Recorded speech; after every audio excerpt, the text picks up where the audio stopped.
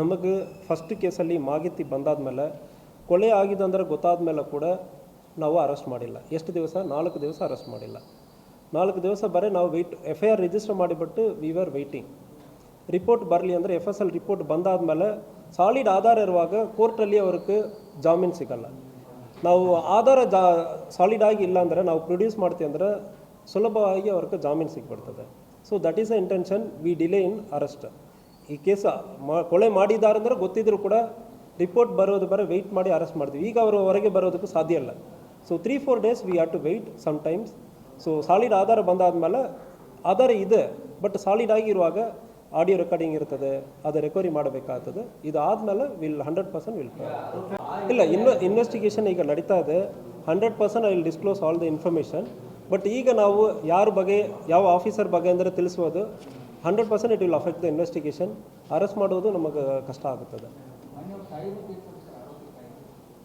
So ಅದರಲ್ಲಿ investigation ನಡೀತಾ ಇದೆ. ನಾವು ಆಲ್ರೆಡಿ ಹೇಳಿದ್ದೀವಿ, ಕೆಲವೊಂದು ಅವರು ಕೊಲೆ ಮಾಡೋದಲ್ಲಿ ಅವರ ಪಾತ್ರ ಇಲ್ಲ, ಆದರೆ ಕೂಡ ಅದರಲ್ಲಿ ಮುಚ್ಚುವುದಕ್ಕೆ ಕೆಲವೊಬ್ಬರ ಕಾಂಟ್ಯಾಕ್ಟ್ ಮಾಡಿರೋದು ಇರುತ್ತದೆ. ಅದ್ರ ಬಗ್ಗೆ ವಿಚಾರಣೆಗೆ ಕರೆದಿದ್ದಾರೆ ನಮ್ಮ ಆಫೀಸರ್ಸ್. ಅದರಲ್ಲಿ ಉಳಿದವರ ಸ್ಟೇಟ್ಮೆಂಟಲ್ಲಿ ಕೂಡ ಇದೆ ಹೆಂಗೆ ಅವರ ಕಾಂಟ್ಯಾಕ್ಟ್ ಮಾಡಿದ್ದಾರೆ. ಬಟ್ ಆದರೆ ಆ ಕೇಸಲ್ಲಿ ಕೊಲೆ ಮಾಡಿರೋದರಲ್ಲಿ ಇಲ್ಲ, ಬಟ್ ಮುಚ್ಚೋದಕ್ಕೆ ಪ್ರಯತ್ನ ಮಾಡಿರೋದು ಲೆಸ್ ದೆನ್ 7 ಇಯರ್ಸ್ ಇರೋದ್ರಿಂದ ಅವರ ಅರೆಸ್ಟ್ ಮಾಡಿಲ್ಲ. ಪೊಲೀಸರು ಆ್ಯಕ್ಚುಲಿ ಅರೆಸ್ಟ್ ಮಾಡಿಲ್ಲ. ಸೊ ಅವರ ವಯಸ್ಸು ಮತ್ತು ಅವರ ಕೊಲೆಯಲ್ಲಿ ಅವ್ರ ಪಾತ್ರ ಇಲ್ಲ. ಅದು ಮುಚ್ಚಾಕೋದಕ್ಕೆ ಪ್ರಯತ್ನ ಮಾಡಿದ್ದಾರೆ, ಅದಕ್ಕಾಗಿ ಅವರನ್ನು ಅರೆಸ್ಟ್ ಮಾಡಿಲ್ಲ.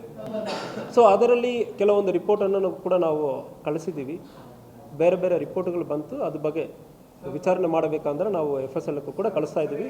ವಿಚಾರಣೆ ಈ ಕೇಸಲ್ಲಿ ಇಲ್ಲ, ಈ ಕೇಸಲ್ಲ, ಬೇರೆ ಕೇಸಲ್ಲಿ ಯಾವುದೋ ರಿಪೋರ್ಟ್ ಇಂತಾಗ ಕಳಿಸಿದಾರ FSLಲ್ಲಿ ಇರೋರ ಬಗ್ಗೆ ತನಿಖೆ ಮಾಡಬೇಕಂದ್ರೆ ಕೂಡ FSLಕ್ಕೂ ಕೂಡ ನಾವು ಕಳಿಸ್ತಾ ಇದ್ದೀವಿ, ರಿಪೋರ್ಟ್ ಕಳಿಸ್ತಾ ಇದ್ದೀವಿ.